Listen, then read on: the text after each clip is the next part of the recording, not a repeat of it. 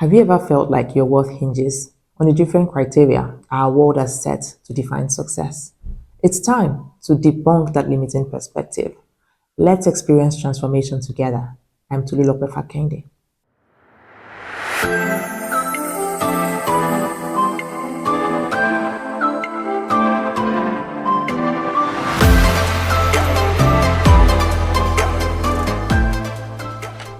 We're multifaceted beings. We thrive in different areas, and success isn't a one-size-fits-all trophy. We often fall into the trap of defining success by a single aspect of our lives, forgetting that we are so much more. Today, we're walking through 5 steps to help us redefine the word success. And our first step is to take a holistic inventory. Imagine you're going on your regular monthly shopping. You want to take a list that you normally would use. You want to see what exactly do you have in the house, what do you not have. You will not focus on the things that you don't need. You will focus on the things that you need because you want to save costs. You don't buy what you don't need. In the same vein, it's important that we're able to take that assessment for our lives. Let's check through and consider our relationships. Consider your family. Remember, we spoke about us being multifaceted. Our health, our personal growth, our hobbies, our well-being. I bet some aspects or a good number of these aspects are working, even if 1 or 2 of them are not working. Maybe you haven't gotten that contract deal signed up yet, but you are nurturing a strong relationship with your spouse, which you've put in the effort and is working out. Your parenting is working too. Your children are thriving. Celebrate that. Or perhaps you're working on a personal development goal, like finally mastering a skill or learning something new. These are victories too, and it is important that we're able to take stock of our lives all through the journey, whether some aspects are working or not. If we're able to take stock, then we can bring it all together and make sense of it. The ones that are not working, we don't lose sight of it, but we don't focus on it and assume that we're failures, because we're not. Step 2, shift your mindset. I learned of a woman who was deaf and really wanted to go through school. Her parents couldn't afford to send her to school. She learned of a scholarship opportunity and she went there consistently, but was rejected and was told to come back every week for 104 weeks. In the 104th week, she got the scholarship. What if she changed her mind and said it wasn't worth it? Another person I learned of attending the GLS last week was Jodie Prada. That woman is amazing. She said that she recklessly dove into water as a teenager. This was in 1967.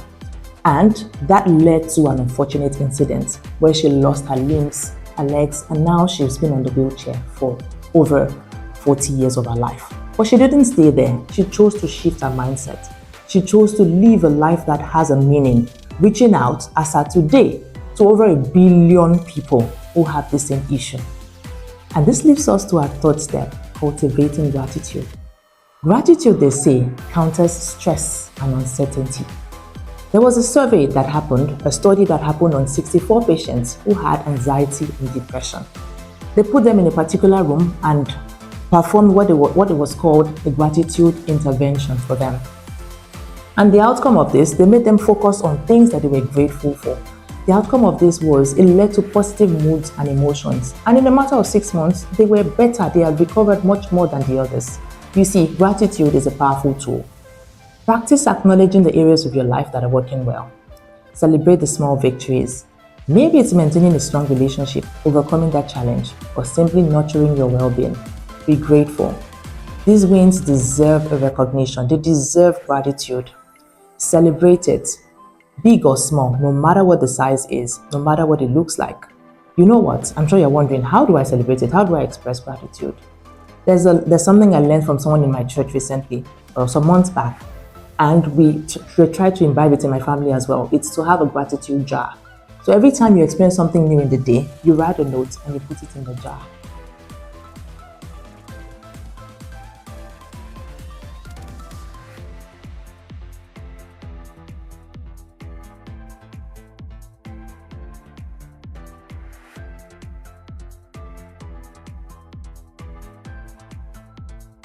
You can always go there to reflect.